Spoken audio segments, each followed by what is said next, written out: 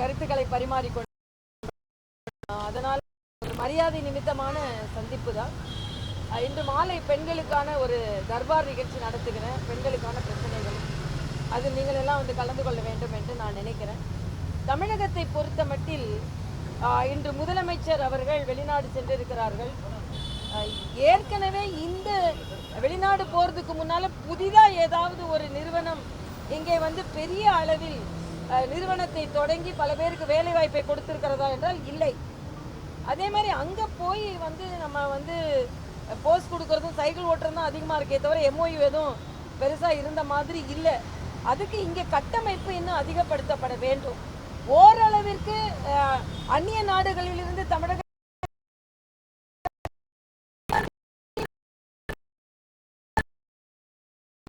பாரத தேசத்தை பற்றி ஒரு நல்லெண்ணத்தை ஏற்படுத்தி வைத்ததனால்தான்.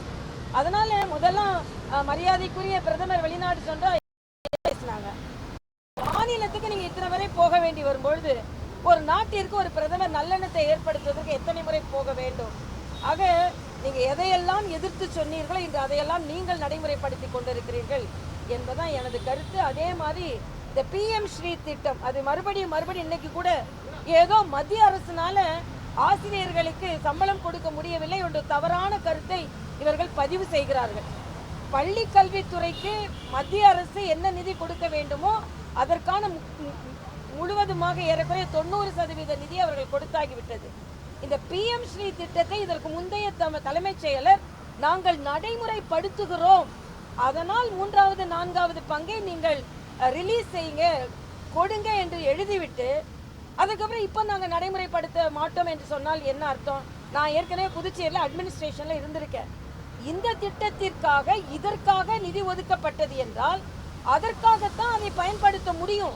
ஆக அதற்காக பயன்படுத்துகிறோம் என்று எழுதிவிட்டு இன்று நாங்கள் பயன்படுத்த மாட்டோம் என்று சொல்வது சரியல்ல. அதனால் முற்றிலுமாக தவறு செய்தது திராவிட முன்னேற்ற கழகம் தான். இன்னொன்று, கார் ரேஸை உங்களால் அவ்வளோ சீக்கிரம் நடத்த முடியுது. ஆனால் ஒரு புதிய கட்சி தொடங்கி ஒரு மாநாடு நடத்துறதுக்கு ஒரு இடத்தை கேட்கறதுக்கு அவர் லீவில் போயிருக்காரு, இவர் லீவில் போயிருக்காரு, 21 கேள்வி 22 கேள்வி. ஆக எந்த அளவிற்கு எதிர்கட்சிகளை நீங்கள் முடக்க நினைக்கிறீர்கள்? பாரதிய ஜனதா கட்சி அப்படிதான். கள்ளக்குறிச்சியை பற்றி இங்கே ஆர்ப்பாட்டம் நடத்தும் போது பெண்களை எல்லாம் கைது செய்தீர்கள். ஆக எதிர்கட்சிகள் எல்லாம் யாருமே இருக்கக்கூடாது, முடக்கிவிட வேண்டும். ஏனென்றால் இந்த திராவிட முன்னேற்ற கழகத்திற்கு அவர் விட்டது 2026 பார்த்து தான் என்னால் சொல்ல முடியும். மேடம், இந்த பிஎம்சி சொன்னீங்க, அது ஏற்கனவே அவங்க லெட்டர் எழுதியிருந்த போது என்ன சொல்லியிருந்தாங்கன்னா பிஎம்சி திட்டத்தை நாங்கள் வரவேற்கிறோம், ஆனால் ஒரு குழு அமைச்சு நாங்கள் வந்து அதை ஆய்வு செய்த பிறகு எடுத்துக்கிறதா சீஃப் செக்ரட்டரி குறிப்பிட்டிருக்காரு. லாஸ்ட் லைன் அதான் இருக்கணும். பட் ஆனால் இப்போ வந்து இந்த 15 மாதங்களுக்கு ஊதியம் கொடுக்க முடியல அப்படிங்கிறதா உண்மையான கிடையாது. இல்லை இது இவங்க குழுலாம் அமைக்கவே முடியாதுப்பா. ஏன்னா நானும் அதெல்லாம் ஒரு திட்டம் மத்திய அரசிடமிருந்து சொல்லப்பட்டால் அது நீங்கள் எடுத்துக்கொள்கிறீர்களா இல்லையா? இன்னொன்று, அந்த திட்டத்தில் எதுவுமே நெகட்டிவ் இல்லை. அந்த திட்டத்தில் என்னன்னா மேம்படுத்துவதற்கு, ஸ்கில்லை மேம்படுத்துவதற்கு, திறமையை மேம்படுத்துவதற்கு ஆன அந்த திட்டத்தை நாங்கள் ஒத்துக்கொள்கிறோம் என்பதை அவங்க சொல்லியிருக்கிறாங்க. அவங்க இதற்கு முந்தைய தலைமைச் செயலரோட கடிதத்தை பாருங்க. நாங்கள் ஒத்துக்கொள்கிறோம், அதனால் 3வது 4வது தவணை நீங்கள் ரிலீஸ் செய்யுங்கன்னு சொல்லியிருக்காங்க. இவங்க குழு அமைச்சு அதெல்லாம் செய்ய முடியாது. ஒத்துக்கொள்ள வேண்டும். ஏனென்றால் தான் எல்லாத்துலயும் அரசியல் செய்வோம், ஆனா மத்திய அரசு இதையெல்லாம் செய்யக்கூடாது என்று சொல்வது சரியல்ல. இன்னொன்று, மத்திய அரசு ஏற்கனவே கொடுத்த நிதியில் ஆசிரியர்களுக்கு சம்பளம் கொடுக்கலாம். இது இந்த திட்டத்தை செயல்படுத்தாதனாலதான் நீங்க கிடைக்காது. ஆனா அதை வச்சு ஆசிரியர்களுக்கு சம்பளம் கொடுக்க முடியாது என்று சொல்வது திராவிட முன்னேற்ற கழகத்தின் செயலற்ற திறமையை காண்பிக்கிறது என்பது எனக்கு. அதாவது முடிய பிடிச்சி இழுக்கிறாங்க, ஃபேஸ்புக்கில் அசிங்கமாக எழுதுகிறாங்க. ஆக என்னை பொறுத்த மட்டில் பெண்களுக்கு தமிழகத்தில் பாதுகாப்பு இல்லை என்பதைத்தான் நான் சொல்ல முடியும். இன்னைக்கு எவ்வளவோ நீங்கள் நடவடிக்கை எடுக்கலாம், ஆனால் ஒரு பெண் போலீஸ் அதிகாரி ஒரு பிரச்சனையை கட்டுப்படுத்த முடியாத அளவிற்கு தான் இருக்கிறார் என்றால், காவல்துறையே பாதுகாப்பற்ற நிலையில் தமிழகத்தில் இருக்கிறது என்றால் யாருக்கு தான் பாதுகாப்பு இருக்கும் என்பது மிகப்பெரிய கேள்விக்குறியாக இருக்கிறது. இது வெளிநாடு அண்ணன் போயிட்டாருன்னா உடனே இங்கே எந்த சட்டம் ஒழுங்கும் யாரும் பாதுகாக்கக்கூடாதுன்னு என்பது இல்லை. அதனால உதயநிதி இதெல்லாம் கொஞ்சம் பார்த்தா சரியா இருக்கும்னு நினைக்கிறேன். ஏன்னா வேற வழி இல்லை. எல்லாரும் பயந்து போயிருக்காங்க. அவங்க அமைச்சர்கள் எல்லாம் உதயநிதி உதயநிதி உதயநிதின்னு இருக்காங்க. யாரு தான் பாக்குறாங்கன்னு தெரியல. அண்ணன் துரைமுருகன் இதுதான் நேரம் ஆயிடுச்சுன்னு அவரும் வெளியூர் போயிட்டாரு. அடுத்த துணை யார் முதலமைச்சர் தான் பாக்குறாங்க? அடுத்த துணை முதலமைச்சர் யாரு? அவங்க உதயநிதின்னு சொல்றாங்க. மேடம் நேத்திக்கு வந்து துணை முதலமைச்சர் தான் பார்க்கலாம். மேடம் நேத்திக்கு Karnataka deputy chief minister press conference சந்திக்கும் போது என்ன சொல்லியிருந்தாருன்னா மேகதாது அணை கட்டுவது வந்து தமிழகத்திற்கு நல்லது அப்படின்ற மாதிரி அவர் சொல்லியிருக்காரு. அதை பற்றி இதைத்தான் கேட்குறோம். இதே இது பிஜேபி ஆட்சி செய்யும் போது இருந்தா என்ன சொல்லுவீங்க? இன்னைக்கு மேயர் கையை காட்டிக்கிட்டு ரொம்ப பவ்யமா நிக்கிறாங்க. ஆமா, கூட்டணி ஆட்சி மேகதாது அணை கட்டுனா பிரச்சனைன்னு அன்னைக்கு ஸ்டாலின் என்னெல்லாம் பேசினாரு. டாஸ்மாக ஒழிக்கிறதுனால அன்னைக்கு பேசுவீங்க, இன்னைக்கு வாய் மூடிடுவீங்க. காவிரி பிரச்சனை அன்னைக்கு பேசுவீங்க, இன்னைக்கு வாய் மூடிடுவீங்க. கொண்டிருக்கிறது மிக மிக மிக மோசமான நிலையில் இங்கு அரசு இருந்து கொண்டிருக்கிறது. தமது உரிமையை மற்ற மாநிலங்களிடம் இழந்து கொண்டிருக்கிறார்கள். நாங்கள் தன்மானத்தை தன்னுரிமையை காப்பாற்றிக் கொண்டிருக்கிறோம் என்று சொல்லும் திராவிட முன்னேற்ற கழக அரசு தனது தன்மானத்தை தன்னுரிமையை மற்ற மாநிலங்களில் விட்டுக் கொடுத்து கொண்டிருக்கிறது என்பதை நான் தெளிவாக சொல்ல முடியும்.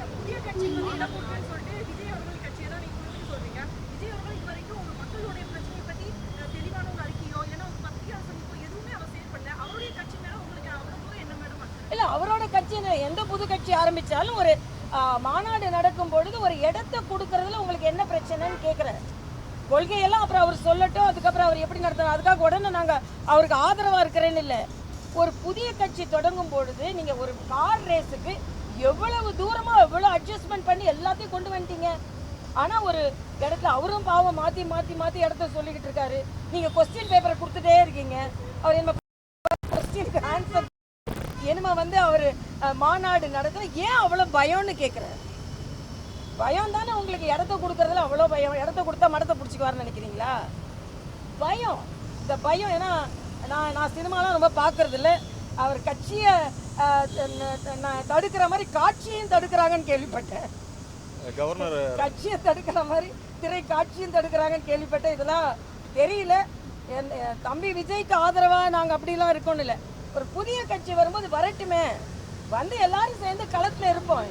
யாருக்கு மக்கள் ஆதரவு தருகிறார்களோ தரட்டும், நாங்கள் ரொம்ப கான்ஃபிடென்ட்டாக இருக்கோம், அவ்வளோதான். கவர்னர் ரவியோட ஸ்டேட்மெண்ட் பார்த்தீங்கன்னா தமிழ்நாடு பாடத்திட்டம் தரமானதாக இல்லை அப்படிங்கிறாரு. ஆனால் அதே நேரத்தில் வந்து ஃபார்மர் அண்ணா யூனிவர்சிட்டி விசி பாலகுருசாமி என்ன சொல்கிறாரு, இல்லை அவர் அப்படி பேசினது வந்து வருத்தத்துக்குரியது.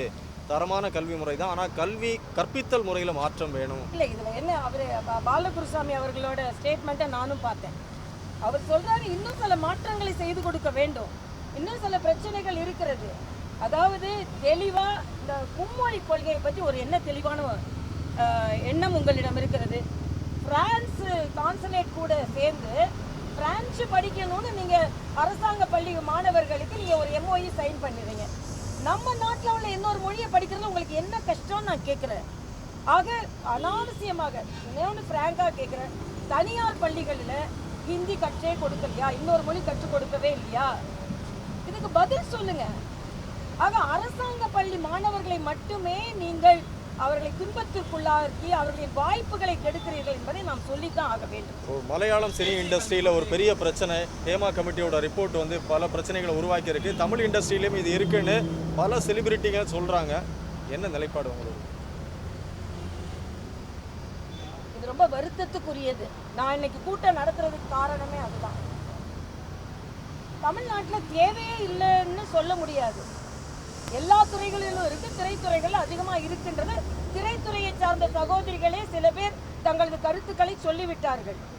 ஆக மலையாளத்தில் ஒரு பிரச்சனை பூதாகரமாக வெடித்தாலும் அதற்கு ஒரு தீர்வு என்று வந்து கொண்டிருக்கிறது. ஆக தமிழகத்தில், ஏன்னா தமிழகத்தில் இதற்கு முன்னால சில பாடகிகள், சில நடிகைகள், சில பிரச்சனைகள் இருக்கிறது என்று சொல்லி அவர்கள் மாய்ந்து போனார்கள். ஆக இங்கேயும் அதே மாதிரி பிரச்சனை இருந்தது என்றால், அதாவது இருக்கும்னே அங்கே உள்ள திரைத்துறையினரே சொல்றாங்க. அதனால அவர்களுக்கு தீர்வு கொடுக்க வேண்டும் என்பது எனது கருத்து. அரசியல்ல பெண்களுக்கு பாதுகாப்பு இருக்கா? அரசியல்ல பெண்கள் இன்னும் ஒரு ஆண் சமுதாயமாக தான் இருந்து கொண்டு இருக்கிறது. அரசியல்ல பெண்களுக்கு பாதுகாப்பு இருக்கிறதா என்பதை எங்களை போன்றவர்களை பார்த்து தெரிந்து கொள்ள வேண்டும். எங்களுக்கு பாதுகாப்பு இருக்கு, ஏன்னா நாங்கள் தான் மற்றவர்களுக்கு பாதுகாப்பு கொடுக்க வேண்டிய நிலையில் இருக்கேன். அதனால தான் அண்ணன் ஸ்டாலின் என்னோட பாதுகாப்பு எடுத்துட்டாரு. பெண்களுக்கு அதிகமாக பாதுகாப்பு இருக்கு, அதனால் இவங்களுக்கு என்ன பிரேமலதாவோட பாதுகாப்பையும் ஏன் பாதுகாப்பையும் தான் எடுத்துட்டாரு. பெண்களுக்கு எதுக்கு பாதுகாப்பு, இவங்கெல்லாம் மற்றவங்களுக்கு பாதுகாப்பு கொடுப்பாங்கன்னு. ஆனால் பெண்களுக்கு பாதுகாப்பு இல்லை. ஒரு டிஎஸ்பியோட தலைமுடியை பிடிச்சி இழுக்கிறாங்கன்னா அப்புறம் அரசியல் உள்ளவங்களுக்கு மாத்திரம் எங்க பாதுகாப்பு இருக்கும்? நிச்சயமாக பாதுகாப்பு இல்லை. ஆனால் பாதுகாப்பை ஏற்படுத்த வேண்டும் என்பது எங்களது கருத்து.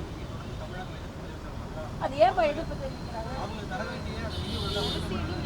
அதான் சொல்லிட்டேன், அவங்க நிதி, அவங்களுக்கு நிறைய நிதி இருக்குக்கா. தயாநிதி, உதயநிதி, கருணாநிதி, அருள்நிதி, அருள்நிதி, இன்பநிதி, இன்பநிதியை மறந்துட்டோமே நாம. அதுக்கப்புறம் அது துணை முதலமைச்சரின் துணை முதலமைச்சரை மறந்துட்டோம்ல நம்ம. அதனால தவறான கருத்து. மரியாதைக்குரிய பாரத பிரதமர் நமது குழந்தைகளை இந்திய பள்ளி அறையிலிருந்து, அந்த பள்ளிக்கூட அறையிலிருந்து அவர்கள் அதை எடுத்துக்கொண்டு உலக அரங்கிற்கு செல்ல வேண்டும் என்பதற்காகத்தான் அவர்கள் ஒரு பெரிய திட்டத்தை கொண்டு வந்தார்கள். ஆக உலக அரங்கிற்கு நமது குழந்தைகளை எடுத்து செல்ல வேண்டும் என்று சொல்லுகின்ற பாரத பிரதமர் அதற்காகத்தான் அவர் புதிய கல்விக் கொள்கையை கொண்டு வந்தார்கள். அதனால் பள்ளிக்கூடத்திலிருந்து உலக அரங்கத்திற்கு கொண்டு செல்ல வேண்டிய அந்த குழந்தைகளை நீங்கள் தடுத்து கொண்டிருக்கிறீர்கள் என்பதுதான் எனக்கு நன்றி.